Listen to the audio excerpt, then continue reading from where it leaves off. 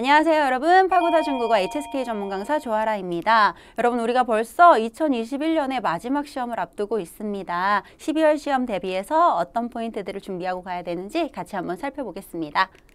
자, 먼저 11월 시험은 어떻게 나왔는지 같이 한번 살펴보겠습니다. 자, 11월 시험 같은 경우에는 듣기, 독해, 쓰기를 통틀어서 쓰기가 가장 어려웠으리라고 판단이 되는데요. 자, 아무래도 쓰기 이 부분에 나왔던 제시어들이 조금 어려웠고, 그 다음에 이 단어의 뜻은 알지만 이 단어를 어떻게 작문할까, 어떻게 구성할까를 생각하면 조금 막막하셨으리라 생각이 됩니다.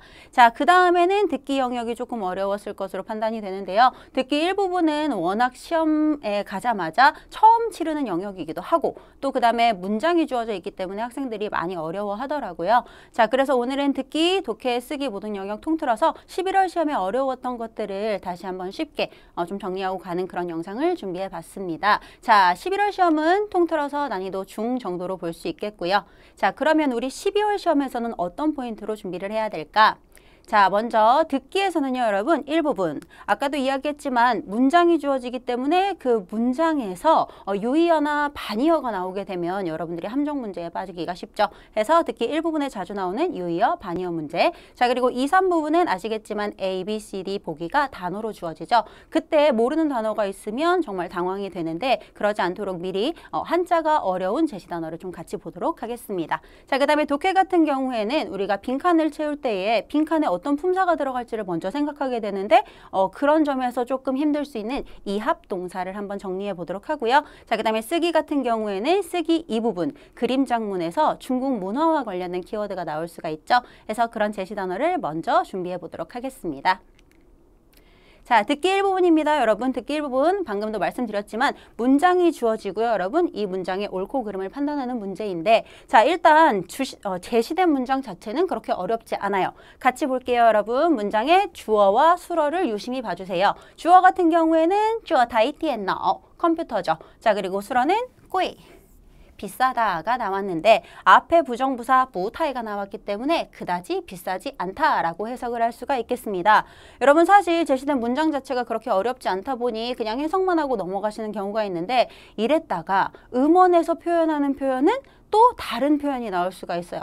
즉 여기서는 비싸지 않다라고 이야기했는데 그대로 무타이꾸이라고 이야기해주지 않고 다른 단어를 사용해서 같은 내용으로 말을 할 수도 있다는 거죠. 자, 해서 저는 꼭 옆에다가 간단하게라도 한국어로 메모를 하고 가세요 라고 이야기를 합니다. 자, 예를 들어서 지금 이 문장 같은 경우에는 这台电脑不太贵이기 때문에 이 컴퓨터는 그다지 비싸지 않다. 비싸지 않다. 이렇게 간단하게 메모만 해두셔도 음원을 들을 때에 좀 다른 표현을 하더라도 당황하지 않을 수 있다는 거죠. 그래서 여러분 음원이 시작되기 전에 문제를 미리 보시고 옆에 간단하게 메모를 남기시는 방법 꼭 추천을 합니다. 자, 그럼 음원에서는 뭐라고 들려줬을까요? 자, 처음에 我昨天买了一台新的电脑 내가 어제 한 대의 새 컴퓨터를 샀는데 我觉得 내가 느끼기에 这台电脑的速度很快 이 컴퓨터의 속도가 매우 빠르다. 자, 그 다음에 마지막 문장에서 而且价格也很便宜价格也很便宜价格也很便宜 가격도 매우 저렴하다라고 했어요. 자, 방금 제가 말씀드렸다시피 제시된 문장에서는 그다지 비싸지 않다라고 했는데 아예 음원에서는 저렴하다라는 표현으로 비엔이를 썼죠. 해서 여러분 같은 내용인데도 학생들의 입장에서는 다른 표현인가? 하고 헷갈릴 수 있다라는 거죠. 자, 그렇지만 우리는 메모를 미리 해놨기 때문에 비싸지 않다라는 메모를 보시면 비엔이 하자마자 바로 정답을 O로 고를 수 있겠습니다. 자, 그 다음에 두 번째 문제도 같이 한번 살펴보도록 할게요. 두 번째 문장의 제시어. 자, 먼저 他唱歌时很放松이라고 제시된 문장. 자, 먼저 放松이라는 수로 보이십니까? 放松 하면 뭐예요? 마음을 놓다. 그죠? 자, 앞에 什么什么时 뭐뭐 할 때 唱歌时 했으니까 노래를 부를 때겠죠? 그럼 노래를 부를 때 마음을 놓다? 즉 노래를 부를 때 긴장이 되지 않고 침착한 상태다라는 걸 알 수 있겠습니다.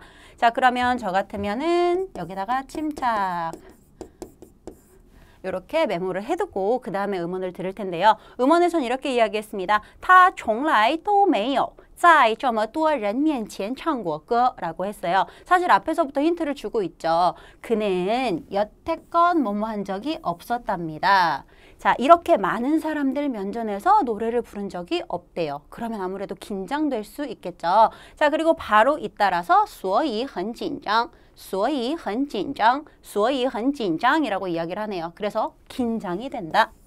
했기 때문에 우리는 여러분 메모를 보시면 침착하다라고 적혀져 있는데 긴장하다라는 표현이 나오니 바로 X로 정답을 고르시는 게 맞겠고 뒤에까지 더 들어보자면 唱歌时 노래 부를 때 또 不敢抬头看观众이라고 했어요. 자, 不敢 감히 뭐뭐 할 수가 없다. 뭐뭐 할 엄두가 나지 않는다라는 뜻이죠. 자, 고개를 들어서 抬头 하면 고개를 들어서 看观众 관중들을 볼 엄두가 나지가 않았대요. 여기서도 또 우리는 침착하지 않고 오히려 긴장되고 있다라는 걸 알 수가 있고요. 자, 그다음에 마지막 문장 几乎是低着头唱完的라고 이야기를 했네요. 자, 低着头 하면 띠 고개를 숙이다 하죠. 고개를 숙인 채로 노래를 불렀다. 이렇게 표현을 할 수가 있겠네요. 자, 그러면 우린 다시 한번 메모를 보면서 침착한 상태일 거라고 생각했는데 긴장이라는 표현이 나왔기 때문에 바로 X로 고르시고 더 이상의 반전은 없었기 때문에 이렇게 마무리할 수 있겠습니다.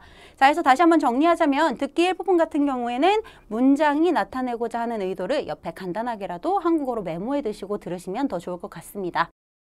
자, 그 다음에 독해 일부분으로 넘어가겠습니다. 여러분 독해에서는 제가 이합동사를 준비를 했는데요. 일단 말이 좀 어려워요. 이합동사? 저게 뭐지? 자, 일단 제가 이렇게 준비한 5개 이합동사를 먼저 보시면서 이게 어떻게 이합동사지? 이합동사란 뭐지?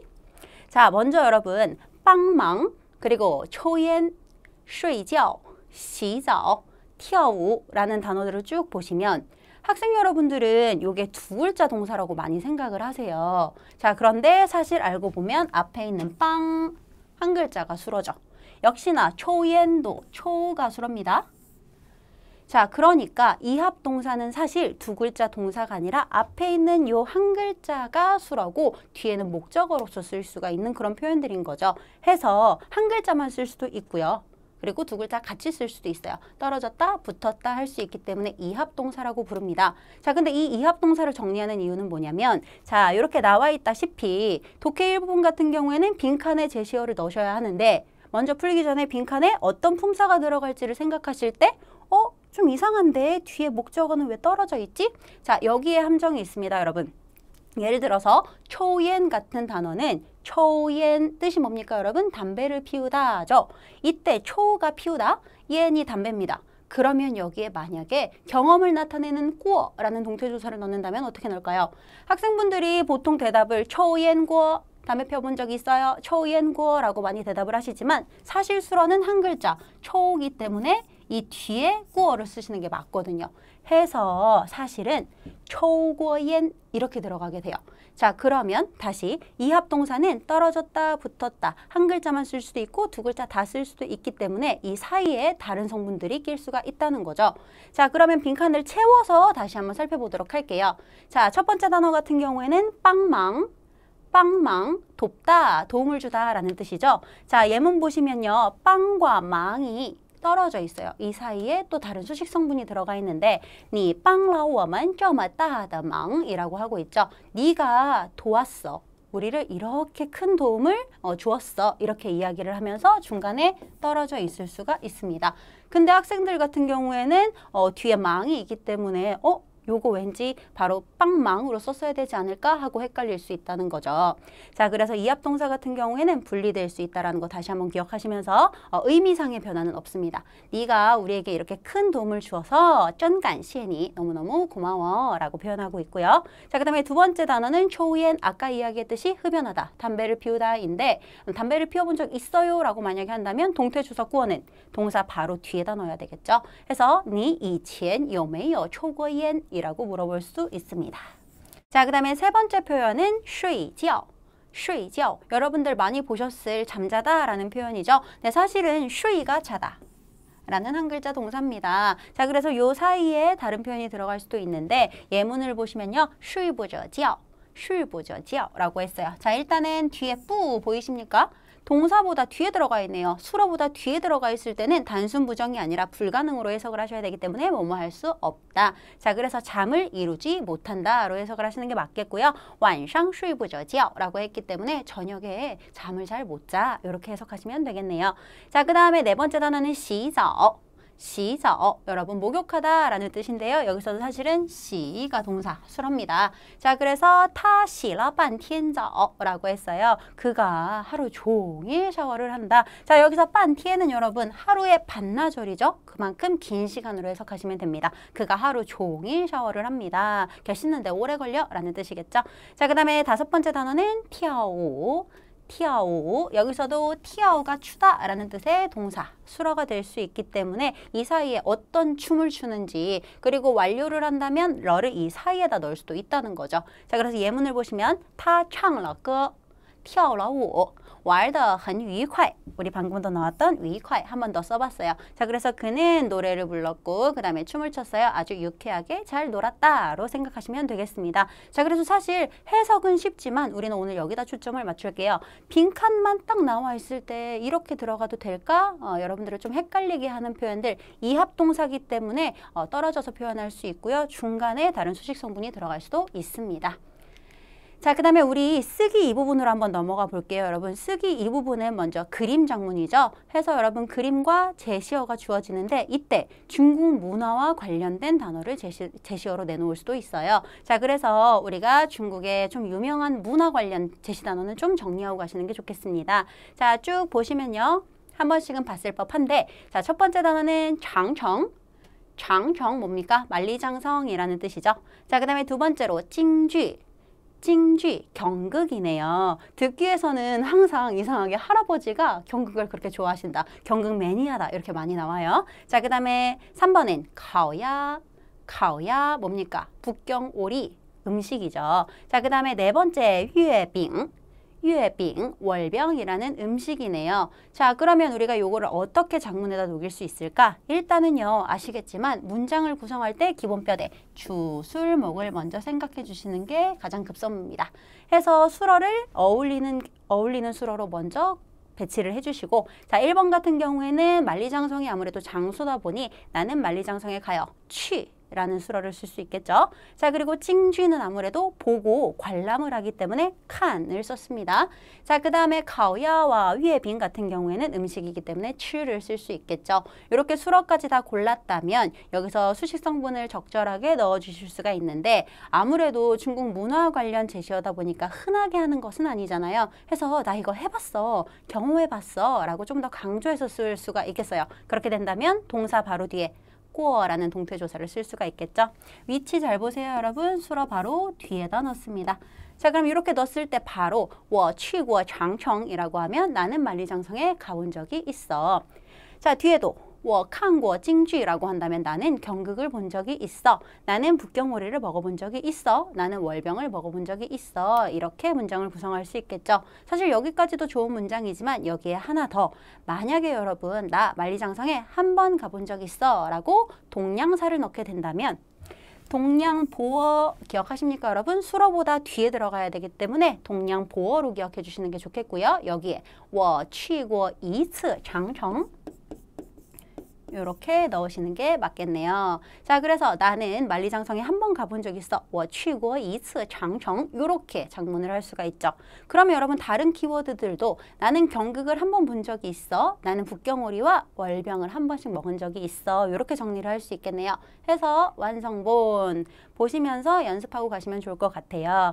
자, 다시 나는 만리장성에 한 번 가본 적이 있어요. 我去过一次长城 자, 그리고 나는 경극을 한번 본 적이 있어요. 我看过一次京剧 자, 그 다음에 가오야는요. 我吃过一次烤鸭 그 다음에 월병, 我吃过一次月饼 이렇게 쓸 수가 있겠죠. 자, 그리고 여러분 만리장성의 경우에는 가다, 취라는 수어를 쓰셔도 좋지만 바라는 수어를 쓸 수도 있는데요. 아무래도 만리장성이 높이 올라야 하다 보니 우리가 등산하다 할 때 배웠던 바라는 동사를 쓰기도 해요. 그래서 의미는 같지만 我爬过一次长城 이렇게 쓸 수도 있겠습니다. 자, 그러면 여러분 쓰기 이 부분에서 이렇게 구성하는 것까지는 알았는데 쌤, 저는 쓰기를 꼭 가면 한자가 알던 것도 생각이 안 나요 하시는 학생분들을 위해서 그리고 또 수어를 어떻게 써야 될지 잘 생각이 안 나요 하는 학생들을 위해서 여러분 정말 안 되면요. 만능 동사가 하나 있습니다. 좋아하다, 시환을 쓰시는 방법도 있어요. 해서 물론 문맥에 맞아야 되겠지만 我喜欢去长城我喜欢看京剧我喜欢吃烤鸭我喜欢吃月饼이렇게 쓸 수도 있습니다. 다만 여러분 중요한 건 이 문장에서는 여기 수어가 되기 때문에 취장청을 붙여주셔야 되겠죠. 나는 좋아해 만리장성 가는 것을 이렇게 만들어주시는 게 좋겠어요. 그래서 我喜欢做什么 이렇게 만들어주는 구조 요것도 꼭 머리에 넣고 가세요. 자, 그러면 여러분 우리 오늘은 이렇게까지 하고요. 제가 오늘 짚어드렸던 포인트 다들 중요한 포인트니까 꼭꼭 잘 기억해서 가셨으면 좋겠고요. 그렇게만 하신다면 2021년의 마지막 시험도 후회 없이 잘 치르고 오실 수 있을 거라 저는 확신을 합니다. 여러분 오늘도 너무너무 수고하셨습니다. 화이팅!